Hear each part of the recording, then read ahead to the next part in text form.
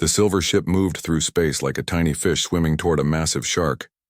Ambassador Lee So-min stood at the window of the Terran diplomatic vessel, Peaceful Dawn, and watched the imperial capital world grow larger ahead of them.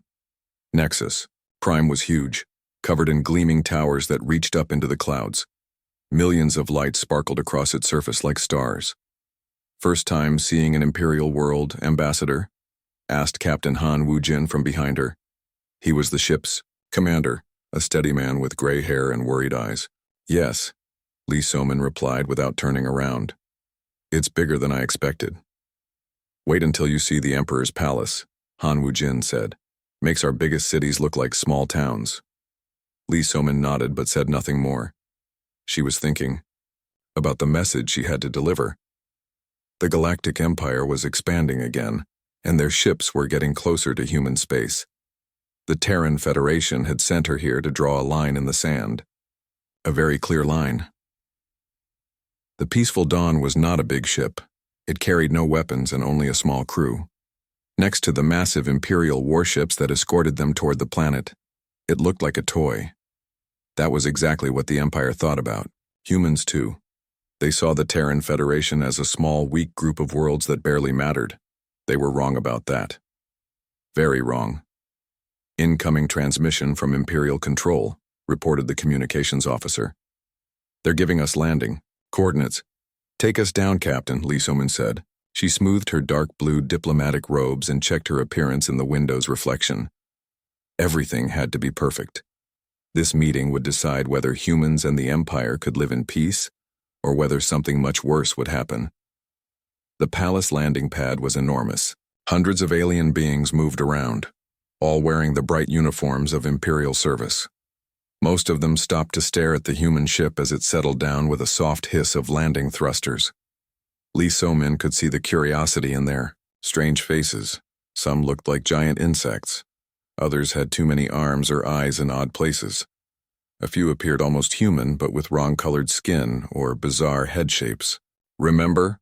Lee So-min told her small team as they prepared to leave the ship. "We are here as guests. Be polite, be respectful, but do not show fear." Dr. Park Jin-ho, her scientific advisor, adjusted his glasses nervously. "What if they refuse to listen?" "Then we deliver our message anyway," Lee So-min said firmly. "That's why we're here." The Imperial escort that met them was led by a tall being with blue skin and 4 arms. His uniform was covered in golden decorations that clinked softly when he moved. "Welcome to Nexus Prime," he said in heavily accented standard. "I am Commander Velkoth. His Imperial Magnificence will see you shortly." They followed Commander Velkoth through corridors that seemed to go on forever. The walls were made of some kind of crystal that caught the light and threw it around in rainbow patterns. Alien artwork hung everywhere, showing the victories of the Empire over dozens of different species. Lee So-min noticed that most of the art showed surrender ceremonies and conquered peoples kneeling before Imperial forces. "Impressive, is it not?" Commander Velkoth asked, noticing her attention. "The Empire has brought order to over 15,000 worlds." "Very impressive," Lee So-min agreed. She did not mention that the Terran Federation controlled only 12 star systems. She did not need to. Everyone already knew how small humanity's territory was compared to the vast empire. The throne room was the largest indoor space Lee So-min had ever seen. The ceiling disappeared into shadows high above, and the walls curved away into the distance. At the far end, on a platform that required climbing many steps, sat the golden throne of the Empire. Emperor Vorthak was not what Lee So-min had expected. She had seen pictures, but they did not capture how large he was. The Emperor stood nearly 3 meters tall, with thick gray skin and eyes like black holes. His crown was made of some metal that seemed to absorb light rather than reflect it. When he spoke, his voice echoed through the enormous room. "So," Emperor Vorthak said, "the humans have finally decided to speak with us directly." Lee So-min walked forward until she reached the bottom of the platform steps. Following diplomatic protocol, she bowed once, respectfully, but not deeply. "Your Imperial Magnificence, I am Ambassador Lee So-min of the Terran Federation. I bring greetings from President Kang Mi-young and the Federation Council." Yes, yes. The Emperor waved one massive hand dismissively. We know who you are. The question is why you are here. Your Federation has ignored our communications for decades. We prefer to handle our own affairs, Your Magnificence, Li Somian replied calmly. However, recent Imperial expansion has brought your forces close to our borders. We felt it was time to establish clear boundaries. A ripple of amusement went through the alien nobles gathered around the throne. Several of them made sounds that might have been laughter. General Terran, the Emperor's chief military advisor, stepped forward.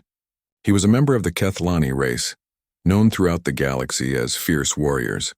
His scaled skin was marked with ritual scars, and his eyes burned with cold intelligence. Boundaries? General Terran said. Little human, you control 12 small systems. The Empire spans 15,000 worlds. What makes you think you can dictate boundaries to us? Li Somin looked up at the Emperor without flinching. Your Magnificence, the Terran Federation has no desire for conflict. We wish to live in peace with all species. However, our territory is not negotiable. Any Imperial fleet that crosses into Terran space will face consequences your Empire has never imagined. The throne room fell silent. Then Emperor Vorthak began to laugh. It was a deep rumbling sound that shook the crystal walls. Soon every alien in the room was laughing too. The sound echoed off the walls like thunder. Consequences? The Emperor said when he finally stopped laughing. Child, we have conquered species with fleets 100 times larger than yours. We have broken the will of warriors who ruled galaxies before your species learned to make fire. What consequences could you possibly threaten us with? Li Somin's expression never changed. Her voice remained calm and level. Your Magnificence, I am not here to threaten anyone. I am here to warn you. There is a difference. Warn us? General Terran stepped closer to the edge of the platform. Of what? Your tiny fleet? Your primitive weapons? I am here to warn you that Terran territory is exactly that. Terran territory, Li Somin said. We have marked our borders clearly. We have filed the proper diplomatic documents. Any Imperial ship that crosses those borders without permission will be treated as an invasion force. Emperor Vorthak leaned forward on his throne. And what will you do about it, little ambassador? Humanity has been in space for less than 3 centuries. We have been building our empire for millennia. Your technology is adequate at best. Your military is a joke compared to our forces. Your Magnificence, Li Somin said quietly. That is exactly what every other species thought too. Something in her tone made the laughter die away. The throne room became very quiet. General Terran frowned, studying the small human woman more carefully.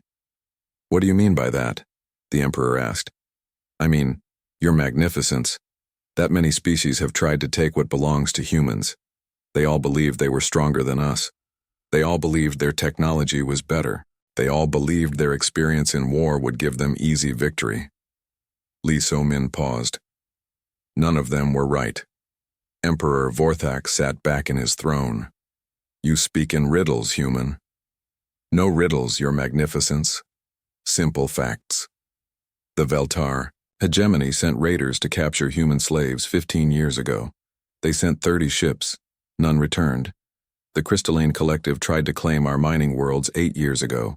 They sent a war fleet. We sent back the wreckage. Li Somin's voice remained perfectly calm. We prefer peace, Your Magnificence, but we are very good at war. Impossible, General Terran said. Our intelligence reports show your military is small and poorly equipped.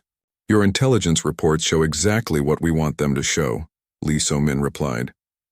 General, you have studied war your entire life. You should understand that the best weapon is the one your enemy never sees coming. The Emperor studied her for a long moment. Around the throne room, the alien nobles had stopped laughing. Some of them were starting to look worried. You are a bold little creature, Emperor Vorthak said finally. But boldness without power is just noise. Your Federation may keep your 12 systems, for now. But understand this, Ambassador Li Somin. The Empire takes what it wants, when It wants it. If we decide your territory has something we need, we will take it. Lee So-min bowed again as politely as before. Then you have been warned, Your Imperial Magnificence. What happens next is your choice, not ours. She turned and walked away, her small team following behind her. The aliens in the throne room watched them go in silence. Only when the humans had left did the whispered conversations begin.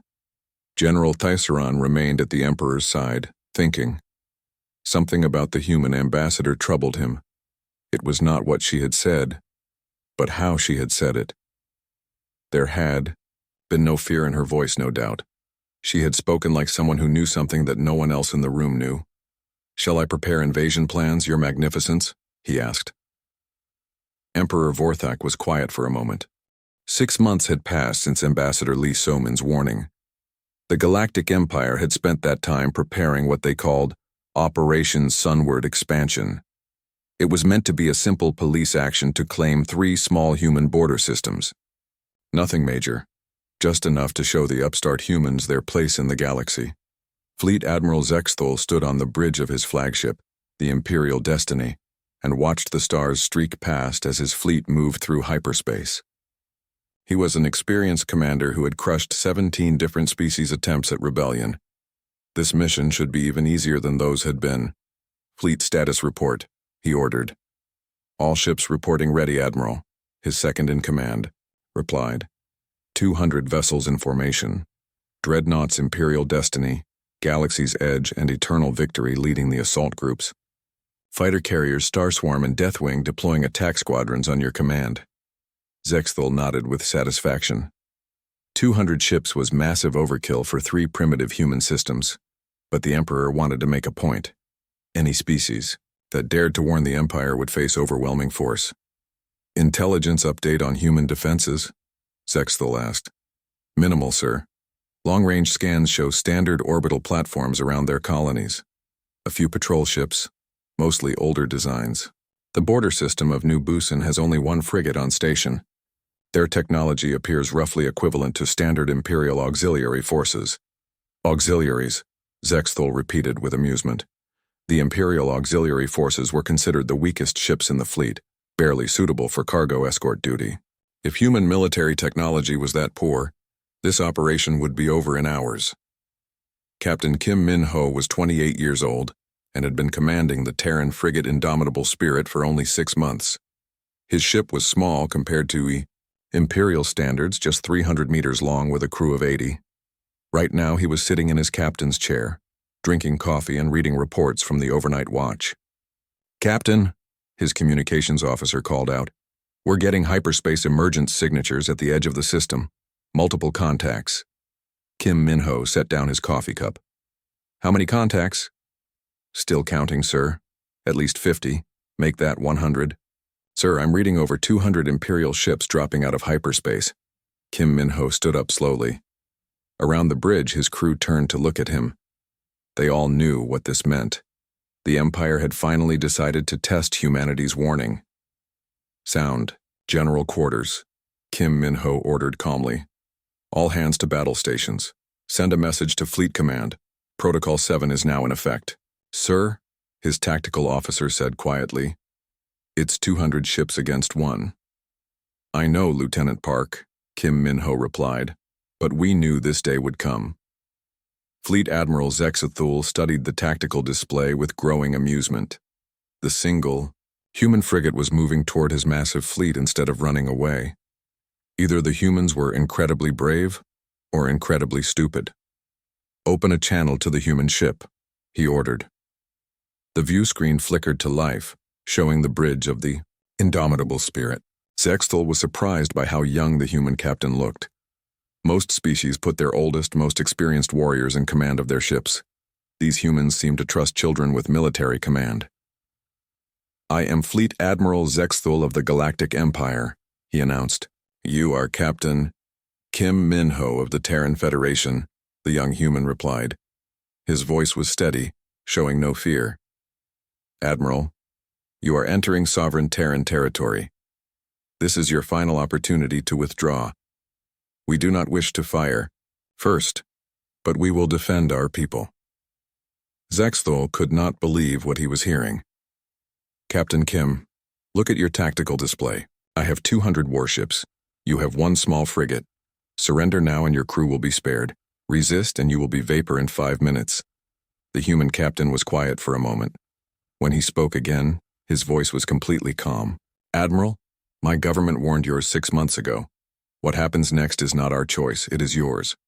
Then you choose death, Zexthol said, cutting the transmission. He turned to his weapons officer. Target the human ship. Fire when ready.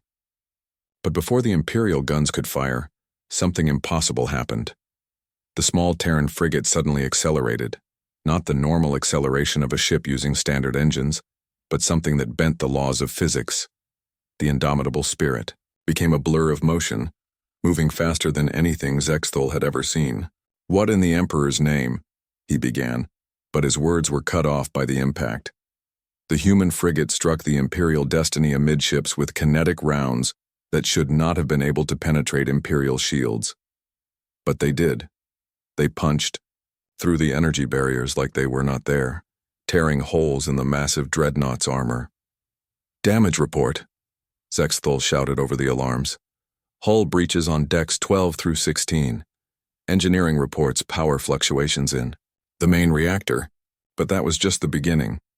All around the 3 target systems, space itself seemed to come alive.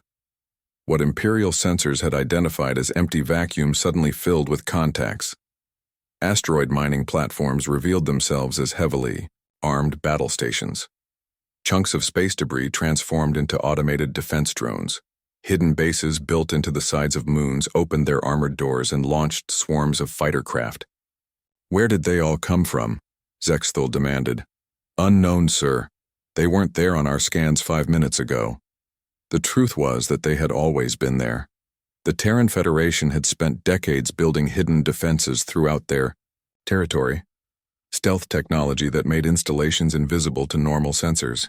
Automated systems that could stay dormant for years, waiting for the right signal to activate. Captain Kim Min-ho had sent that signal when he transmitted Protocol 7. The Imperial fleet found itself fighting an enemy that did not behave like any other species they had conquered. Human ships moved in impossible ways, using gravity manipulation technology that let them dance around Imperial vessels like birds around elephants. Their weapons ignored energy shields and tore through armor that should have been impenetrable. But it was not just the technology that shocked the Imperial forces, it was the tactics. Humans did not fight fair. They did not engage in honorable, ship-to-ship combat. Instead, they used every dirty trick in the book. Automated mines that looked like space debris, boarding pods that cut through hull plating like it was paper, electronic warfare systems that turned Imperial ships against each other. Sir, the communications officer on the Imperial Destiny called out, "We're receiving surrender requests from 12 of our ships." Surrender requests? From our own vessels? The humans have somehow taken control of their computer systems. The ships are turning their weapons on us.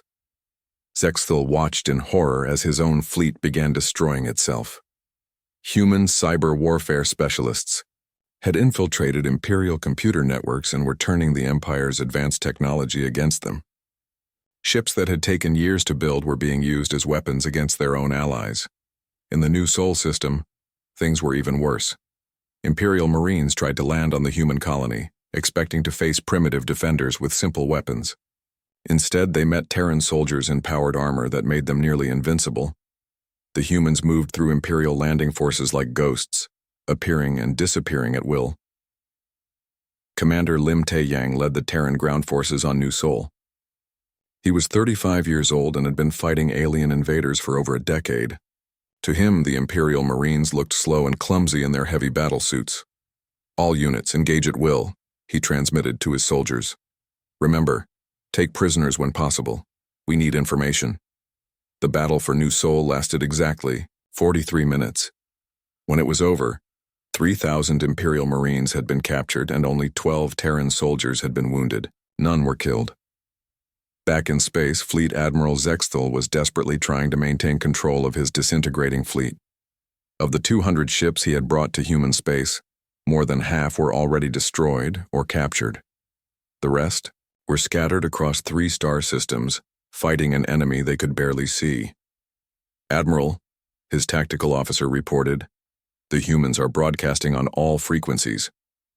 "Put it through," Zexthul ordered. Captain Kim Minho's voice filled. "The bridge of the Imperial Destiny. Imperial forces, this is Captain Kim Minho. Your invasion has failed. We are prepared to accept the surrender of any Imperial vessel that stands down immediately. You have 10 minutes to decide." 10 minutes? Zexthul snarled. "I still have over 80 ships." But even as he spoke, more Imperial vessels were falling to human weapons. The galaxy's edge exploded in a ball of fire as human gravity torpedoes tore it apart at the molecular level. The carrier star swarm found itself boarded by Terran Marines who moved through its corridors like unstoppable forces of nature. "Sir?" his second-in-command said quietly. "Perhaps we should consider—" "Never," Zexthul roared. "I will not surrender to primitive humans." 5 minutes later, the Imperial Destiny was drifting dead in space, its main reactor offline and its life support failing. Zexthul sat in his command chair, staring at the tactical display in shock. Of his mighty fleet, only 12 ships remained, capable of movement, and they were already jumping to hyperspace, running for Imperial territory. The news of the 7th Expeditionary Fleet's destruction reached Emperor Vorthak 3 days after the battle ended. He sat in his private study, reading the battle reports over and over again, unable to believe what he was seeing. 200 ships. Reduced to 12 survivors in less than 6 hours, it was impossible. "The reports must be wrong," he said to General Tisserand, who stood silently beside the Emperor's desk. "No species could defeat our forces so completely, not with such primitive technology." General Tisserand had been studying the same reports for hours. Unlike his Emperor, he was beginning to understand that something was very wrong with their assumptions about humanity. "Your Magnificence, I have reviewed all the sensor data from the surviving ships. The reports appear to be accurate." "Then explain to me how," Emperor Vorthak demanded, slamming his fist on the desk. "How does a species that has been in space for less than 3 centuries possess weapons that can destroy our best dreadnoughts?" "I do not know, Your Magnificence, but I believe we need to find out." That was when Counselor Nithvar asked for an audience. The ancient being had served the Empire for over 1,000 years, longer than any other advisor. His species lived for millennia, and his memory stretched back to the Empire's earliest days. Most of the time he stayed in the deep archives, studying old records and forgotten histories. "Speak," Emperor Vorthak commanded when Nithvar entered the study. The old counselor moved slowly, his age showing in every step. His skin was pale and wrinkled, and his eyes had the cloudy look of someone who had seen too much. "Your Magnificence, I have been researching the humans since news of the fleet's destruction reached us." "And what have you found?" General Tisserand asked. Nithvar placed a data tablet on the Emperor's desk. "Records, General. Very old records that most beings have forgotten. Reports from species that encountered humans before the Terran Federation was officially formed." Emperor Vorthak picked up the tablet and began reading. His expression grew darker with each line. "What is this?" "The truth, Your Magnificence. For the past 60 years, various alien species have been attacking human settlements. Raiders, slavers, pirates, even organized military forces. Every single one of them has met the same fate as our 7th Fleet." General Tisserand took the tablet and scrolled through the files. The Veltar Hegemony, the Crystalline Collective, the Shard Empire. I remember these reports. We dismissed them as exaggerations. They were not exaggerations, Nithvar said quietly. The pattern is always the same. Alien forces attack human settlements, expecting easy victories. Instead, they encounter technology and tactics they cannot understand. Their fleets disappear. Their raids fail. Some survivors return with stories of impossible human weapons and strategies, but no one believes them. Emperor Vorthak stood up and walked to the window of his study. Outside, the lights of Nexus Prime sparkled in the darkness. 15,000 worlds looked to him for leadership. The idea that one small species could threaten his empire was unthinkable. You are suggesting that humans have been hiding their true capabilities for decades, he asked. Not hiding, Your Magnificence. Learning. Learning what? Nithvar touched the tablet, bringing up a new file. This is a communication intercept from a human educational facility. One of their professors was teaching students about military history. A hologram appeared above the tablet, showing a middle-aged human male standing in front of a classroom. The professor's name was listed as Yang Hai-jin, and he was speaking to students about something called adaptive warfare. Every species that has attacked us has taught us something valuable, Professor Yang was saying to his class. The Veltar raiders used plasma weapons, so we developed plasma-resistant armor. The Crystalline Collective used energy-based shields, so we created kinetic weapons that ignore energy barriers. The Shard Empire used electronic warfare, so we built quantum-encrypted computer systems. A student raised her hand. Professor Yang, why do we not attack them first? Why do we always wait for them to come to us? The professor smiled sadly. Because, Miss Park, we are not a warlike species by nature. We prefer peace, trade, and cooperation. But there is something unique about human psychology. We become exponentially more dangerous when threatened. Other species fight to win territory or resources. Humans fight to survive, and survival makes us creative. Emperor Vorthak stopped the recording. Creative? Nithvar nodded. That appears to be the key, Your Magnificence. Humans do not think like other species. When they are attacked, they do not simply fight back with the same weapons and tactics. They study their enemies, learn from each encounter, and develop new ways to defeat future attackers. General Tisserand was reading more files. According to this, humans have been attacked by over 30 different alien species in the past 60 years, and they have defeated every single one. More than defeated, Nithvar corrected. They have learned from every attack. Each enemy has made them stronger, smarter, more dangerous. By the time Ambassador Lee So-min came to warn us, humanity had already been preparing for galactic warfare for generations. Emperor Vorthak felt a chill run down his spine. Preparing how? Every human world is a fortress, Your Magnificence. Every human ship is designed for war, even the civilian ones. Every human citizen receives military training from childhood. They call it civil defense, but it is actually comprehensive preparation for invasion. The Emperor sat down heavily. You are telling me that we tried to conquer a species that has been preparing for this exact scenario for decades? Not just preparing, Your Magnificence. Testing. Before General Tisserand could ask what that meant, alarms began sounding throughout the palace. Red lights flashed in the corridor outside the study, and the sound of running feet echoed through the halls. What is happening? Emperor Vorthak demanded. A palace guard burst into the room without ceremony. Your Magnificence, intruders in the palace, security has been breached. Impossible, General Tisserand said. This palace has the best defenses in the Empire. The guard's face was pale with fear. Sir, they appeared in your private chambers. Our scanners show no sign of how they entered the building. Emperor Vorthak and his advisors rushed through the palace corridors, followed by a squad of elite guards. When they reached the Emperor's private chambers, they found something that made them all stop in shock. A message was displayed on the Emperor's personal computer terminal. Not a transmission from outside the palace, but a file that had been placed directly into the system's memory. The screen showed detailed schematics of every Imperial ship design, complete tactical manuals for their military strategies, and psychological profiles of their leadership. At the bottom of the display was a simple message: "We know everything about you. We have always been watching. Leave us alone." How is this possible? Emperor Vorthak whispered. General Tisserand was studying the displayed information with growing horror.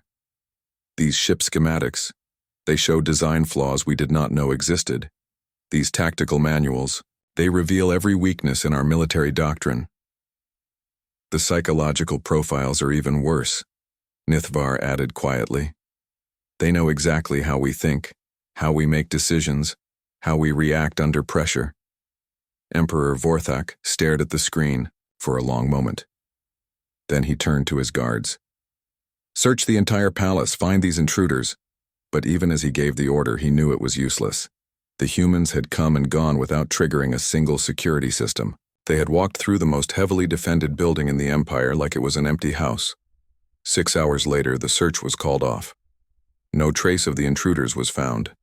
The palace security chief reported that their scanners showed no sign that anyone had ever been in the Emperor's chambers except authorized personnel. "It is as if they were never here," the security chief said. "But the files on your computer are real, Your Magnificence. Someone placed them there." That night, Emperor Vorthak could not sleep. He stood in his chambers, staring out at the city, lights, thinking about what had happened. The humans had not just defeated his fleet. They had walked into his palace, into his private rooms, and left a message on his personal computer. They had done it without being seen, without triggering any alarms, without leaving any trace. The message was clear. They could reach him anywhere, anytime they wanted. General Terran found him there at dawn. "Your Magnificence, I have completed my analysis of the human files. And they are real. Every detail is accurate. The humans know our military capabilities better than we do ourselves." General Terran paused. "There is something else, Your Magnificence. I found evidence that humans have been infiltrating Imperial space for years. Their agents are everywhere." Emperor Vorthak turned from the window. "Agents? Trading ships that carry more than cargo. Diplomatic missions that include intelligence specialists. Even some of our own advisors and staff members appear to have been providing information to human contacts. How many? Hundreds, Your Magnificence, possibly thousands. They have been watching us, learning about us, preparing for this confrontation, since the day we first made contact." Emperor Vorthak sat down in his chair and put his head in his hands. "What do you recommend, General?" "Honestly, Your Magnificence, I recommend we accept their terms." 3 months passed after the palace infiltration, and Emperor Vorthak had not slept well since. Every shadow in his chambers reminded him that humans could reach him anywhere. Every report from the border worlds told him the same thing. The top empire was losing respect. Other species were starting to ask dangerous questions about Imperial strength. The Crystalline Collective had stopped paying tribute. The Veltar hegemony was building new warships without Imperial permission. Even minor species that had been loyal for centuries were beginning to ignore Imperial commands. Word of the 7th Fleet's destruction had spread throughout the galaxy, and everyone was watching to see what the Empire would do next. That was when Grand Admiral Kexthor returned from the frontier wars. Kexthor was everything that Fleet Admiral Zexthol had not been. Where Zexthol had been careful and conventional, Kexthor was ruthless and creative. He had earned his reputation by completely destroying species that dared to resist Imperial rule. When the Empire could not conquer a world, they sent Kexthor to make sure no one else could have it either. He stood before Emperor Vorthak in the throne room, his black uniform covered with decorations from a dozen campaigns. His species was tall and thin, with pale skin and eyes like burning coals. When he spoke, his voice was cold and precise. "Your Magnificence, I have reviewed the reports from the human encounter," Kexthor said. "The 7th Fleet failed because they fought the humans on human terms." "Explain," Emperor Vorthak commanded. "Fleet Admiral Zexthol tried to conquer human worlds using conventional tactics. He expected an honorable battle between fleets. But humans do not fight honorably. They fight to win." Kexthor stepped closer to the throne. "If humans are too dangerous to subdue, then they must be eliminated completely." General Terran, standing at the Emperor's side, frowned. "Grand Admiral, our intelligence suggests that a direct assault on human territory would be extremely costly, which is why we will not assault their territory," Kexthor replied with a cold smile. "We will bypass their defenses entirely." Emperor Vorthak leaned forward. "How?" "Human psychology, Your Magnificence. Our analysts have studied their behavior patterns. Humans have one critical weakness. They care about their civilians. They will sacrifice military advantages to protect non-combatants." Kexthor activated a hologram showing the human territories. Their border worlds are heavily defended, but their core systems rely on those defenses for protection. The hologram zoomed in on 3 worlds: Earth, New Korea, and New Tokyo. These are their most important colonies. Earth is their birth world. New Korea and New Tokyo house their largest civilian populations. If we can threaten these worlds directly, the humans will be forced to fight a conventional battle to protect their people. How do we reach their core systems without fighting through their border defenses? General Thyceron asked. Kexthor smiled again. We take the long way around. The plan was brilliant in its simplicity.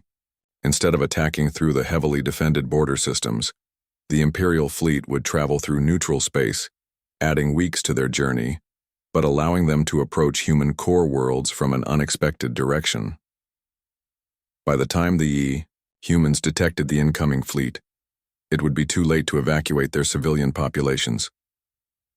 I will need the largest fleet in Imperial history, Kexthor said. 2,000 ships. Every dreadnought, every carrier, every battlecruiser we can spare. Emperor Vorthak hesitated. 2,000 ships? That is our entire active fleet. Yes, Your Magnificence, this will not be a conquest. This will be an extermination. When we are finished, there will be no human species to threaten the Empire ever again. The preparation took months. Ships were recalled from every corner of the Empire. Ancient dreadnoughts were pulled out of mothballs and refitted with the latest weapons. Experimental bioweapons were loaded onto special carrier ships. The Empire had never assembled such a massive force. High Inquisitor Felmoth provided intelligence gathered through captured Terran equipment and interrogated survivors from the 7th Fleet. His specialist had learned to decode human communication protocols and had identified the locations of major civilian centers. The key is speed, Felmoth reported to Grand Admiral Kexthor. Once we emerge in their core systems, we must strike immediately. Human response time is measured in minutes, not hours. Dr. Park Soo-jin was working the night shift at the Luna research station when her gravitational sensors detected something impossible. She was a specialist in detecting hyperspace disturbians, part of an early warning network that monitored space around Earth. Her equipment was designed to spot incoming ships while they were still days away from human territory. What she saw on her screens made her check the readings 3 times before she believed them. Director Kim, she called to her supervisor, I need you to see this. Director Kim Jae-won was an older man who had been monitoring space traffic for 20 years. He looked at Dr. Park's readings and felt his blood turn cold. How many ships? He asked quietly. I count over 1,500 contacts, Dr. Park replied. Still more emerging from hyperspace. They are using a route through the neutral zone, approaching from Galactic South. Time to arrival? 18 hours at current speed. Director Kim activated the emergency communication system. Within minutes, his report was being transmitted to every human world simultaneously. The largest alien fleet in galactic history was approaching Earth, and they had less than a day to prepare. But as the alert spread through human space, something unexpected happened. Instead of panic, there was calm organization. Children were loaded onto transport ships while singing traditional songs. Elderly citizens activated bunker systems they had been maintaining for decades. Workers at industrial facilities began shutting down critical systems according to procedures they had practiced hundreds of times. President Kang Mi-young addressed the Federation from her office in Seoul. She was a small woman with gray hair and steady eyes, the kind of person who had led humanity through difficult times before. Citizens of the Terran Federation, she said in her broadcast, we have always known this day would come. Our ancestors prepared for it. Our parents prepared for it. Now it is our turn to show the galaxy what humans are truly capable of. The evacuation was not chaotic or desperate. It was methodical, efficient, and strangely peaceful. Everyone knew their role. Everyone understood the plan. Civilian transports began moving people to underground shelters and orbital stations designed to withstand bombardment. But not all civilians were evacuating. Many humans chose to stay and fight. Captain Kim Min-ho, now promoted to commander after his victory at New Busan, was aboard the new battleship Defiant Hope when the evacuation began. His ship was part of a small fleet positioned near Earth, apparently the only military force available to defend the human homeworld. Thermal signatures suggest the Imperial fleet will arrive in 16 hours, his tactical officer reported. 2,000 ships, including planet-killer dreadnoughts. Any word from Admiral Park? Kim Min-ho asked. Admiral Park reports that all Terran defense forces are ready to implement Protocol Omega on your command, sir. Kim Min-ho nodded. Protocol Omega was humanity's final contingency plan, developed over decades of preparation for exactly this scenario. Most humans did not know the details, but every military officer understood what it meant. If the Empire wanted to test human resolve, they were about to get a lesson in why Earth had never been successfully conquered. Grand Admiral Kexthor stood on the bridge of his flagship, the massive dreadnought Empire's Fist, and watched the tactical display with satisfaction. His fleet was emerging from hyperspace in perfect formation, exactly as planned. Ahead of them, the human solar system looked peaceful and undefended. Long-range scans show minimal military presence, his sensor operator reported. A few small ships near Earth, some orbital platforms around the other planets. No sign of the major defensive installations we expected. The humans are smarter than I thought, Kexthor said. They are not wasting their forces trying to defend the indefensible. Begin the advance. Target Earth first. But as the Imperial fleet moved deeper into the solar system, something began to bother Kexthor. The human response was too calm, too organized. The civilians were evacuating, but not with the panic he expected. The military ships were retreating, but not running away. Everything felt too controlled, too planned. "Sir," his communications officer called out, "we are receiving a transmission from one of the human ships." "Put it through," Kexthor ordered. The view screen showed the bridge of the Defiant Hope. Commander Kim Min-ho looked exactly as composed as he had during the New Busan battle. "Grand Admiral Kexthor," the human said calmly. "I am Commander Kim Min-ho of the Terran Defense Force. I believe we have met before in a manner of speaking. You are the one who defeated Admiral Zexthul," Kexthor realized. "I had that honor, yes. Grand Admiral, you have brought an impressive fleet to our home system. 2,000 ships is quite a statement. It is the statement that your species will cease to exist," Kexthor replied. "This time there will be no warnings, no chances to surrender. We have come to end the human threat permanently." Kim Min-ho was quiet for a moment. "I see. In that case, Grand Admiral, there is something you should know." "What?" "For 3 centuries, humanity had been preparing for this exact moment. Not because they wanted war, but because war kept coming to them. Every alien species that had attacked human settlements had taught them something new about galactic combat. Every failed invasion had been a lesson in survival. Protocol Omega was the result of all those lessons." Grand Admiral Kexthor watched his tactical display as his fleet approached Earth. 2,000 Imperial ships in perfect formation, the largest military force ever assembled in galactic history. Ahead of them, the small human defense fleet was retreating toward their homeworld, apparently accepting defeat. "Beginning planetary bombardment in 10 minutes, his weapons officer reported. "All dreadnoughts report ready to fire," but then the space around Earth began to change. It started with Mars.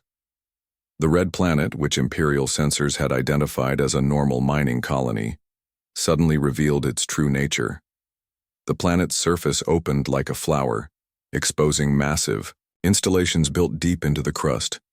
What emerged were not mining platforms, but weapons systems on a scale that dwarfed anything the Empire had ever built. "Sir," the sensor operator called out, his voice shaking, Mars is a weapon." Before Kexthor could respond, the space around his fleet erupted in gravitational chaos. The Terran installations on Mars were not firing projectiles or energy beams. They were manipulating gravity itself, creating artificial gravity wells that grabbed Imperial ships and crushed them like tin cans. The dreadnought Eternal Conquest was the first to die. One moment it was advancing toward Earth, the next it was being compressed into a ball of twisted metal as forces equivalent to a black hole's event horizon tore it apart at the atomic level. "Evasive maneuvers," Kexthor shouted. But his ships could not evade gravity. The weapons on Mars could create gravitational fields anywhere within the solar system, turning space itself into a weapon. That was when Admiral Park Dae-ho revealed himself. The transmission appeared on every Imperial ship simultaneously, showing an elderly human male in a simple military uniform. Park Dae-ho was 73 years old and had spent his entire career preparing for this battle. His voice was calm and matter-of-fact, like a teacher explaining a simple lesson.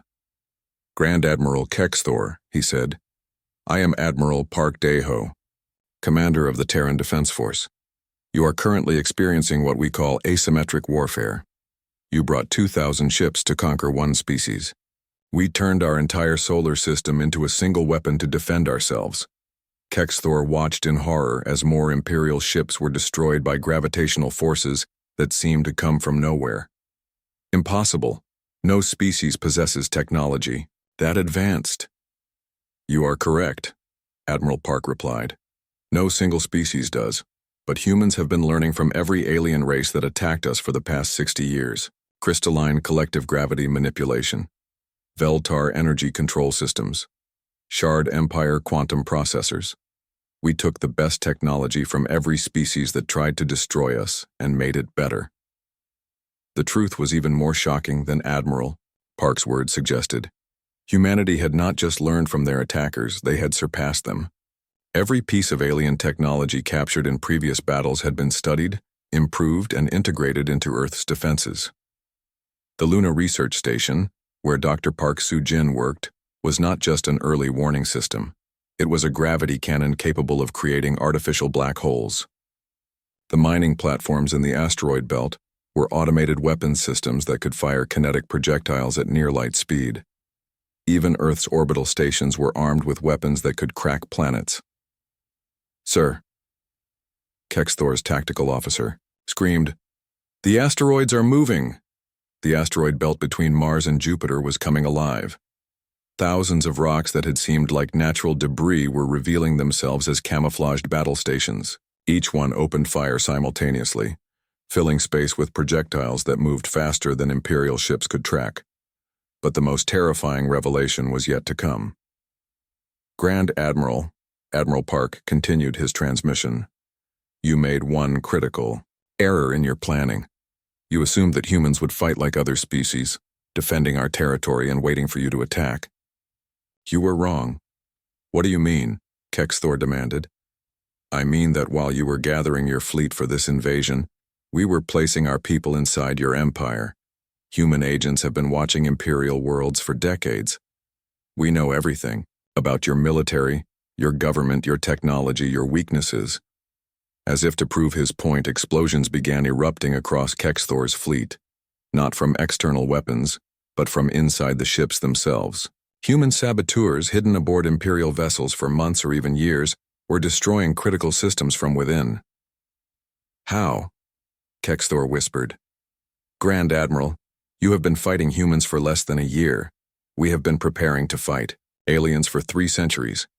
Every human child learns basic military tactics in school. Every human civilian knows how to use weapons and explosives. Every human world is a fortress ready to defend itself." The Imperial flagship Empire's fist shuddered as internal explosions rocked its hull. Kexthor's own security officer appeared on the bridge, but his uniform was wrong. Instead of Imperial colors, he wore the simple gray of the Terran Federation. "Commander Lim Tae-yang, Terran Special Operations," the man said calmly. "I have been aboard your ship for 6 months, Grand Admiral. My team has just disabled your main reactor and life support systems." Kexthor reached for his sidearm, but Commander Lim was faster. The human moved with impossible speed, disarming the Grand Admiral and restraining him before he could even draw his weapon. "How many?" Kexthor asked, staring at the human who had been serving under his nose for months. "Thousands," Commander Lim replied. "We have agents on most of your ships, Admiral. We have been watching and waiting for you to make exactly this mistake." On the view screen, Admiral Park's transmission continued. "Grand Admiral, you brought 2,000 ships to destroy humanity, but we did not build 2,000 ships to fight. We built something much more effective. We built a trap. The space around Earth erupted in a display of impossible technology. Weapons platforms that had been hidden throughout the solar system for decades revealed themselves. Ships that looked like civilian transports opened their cargo bays to release. Swarms of automated fighters. Even the space stations where human civilians had evacuated turned out to be armed fortresses. But the final revelation came when Earth itself began to move. "Grand Admiral," Admiral Park said, "allow me to introduce you to humanity's ultimate weapon. We call it Terra." The planet Earth, humanity's birth world, was not just defended by weapons platforms. It was a weapons platform. Hidden beneath the oceans and continents were gravity manipulation systems that could move the planet itself.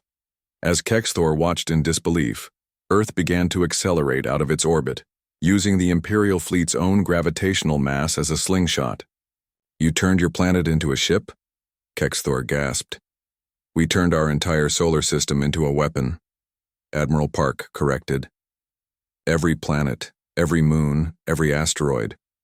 For 3 centuries, humans have been building defenses that alien species could not imagine, because we learned from every species that tried to destroy us.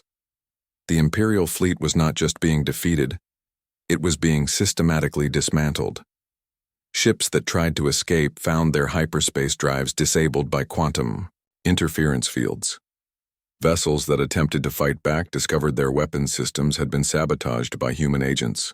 Those that tried to surrender were tractored in by gravity fields and boarded by Terran Marines.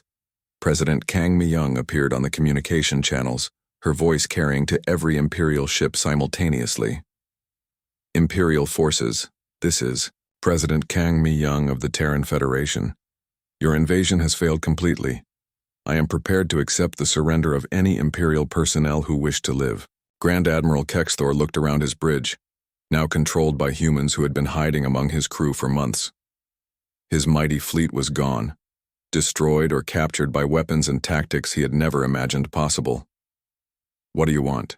he asked Commander Lim. "The same thing Ambassador Lee So-min asked for a year ago," the human replied. "Peace. We want to be left alone. But this demonstration, you could conquer the entire empire with this technology." Commander Lim shook his head. "Grand Admiral, we do not want to conquer anyone. We just want to survive. But if other species will not let us live in peace, we will defend ourselves with whatever means necessary." 3 hours later, the Battle of Sol was over. Of the 2,000 Imperial ships that had entered human space, exactly 0 escaped back to Imperial territory. Most had been destroyed. The survivors were captured, their crews taken prisoner by humans who treated them with surprising kindness. Ambassador Lee So-min appeared aboard the captured Imperial flagship to personally escort Grand Admiral Kexthor to a negotiating table. She looked exactly as calm and composed as she had during her first visit to the Imperial Palace. "Grand Admiral," she said as he was brought before her, "I believe we have something to discuss." The Treaty of Sol was signed 12 hours later aboard the damaged Imperial flagship. Emperor Vorthak himself appeared by hologram to authorize the agreement, his voice shaking as he spoke.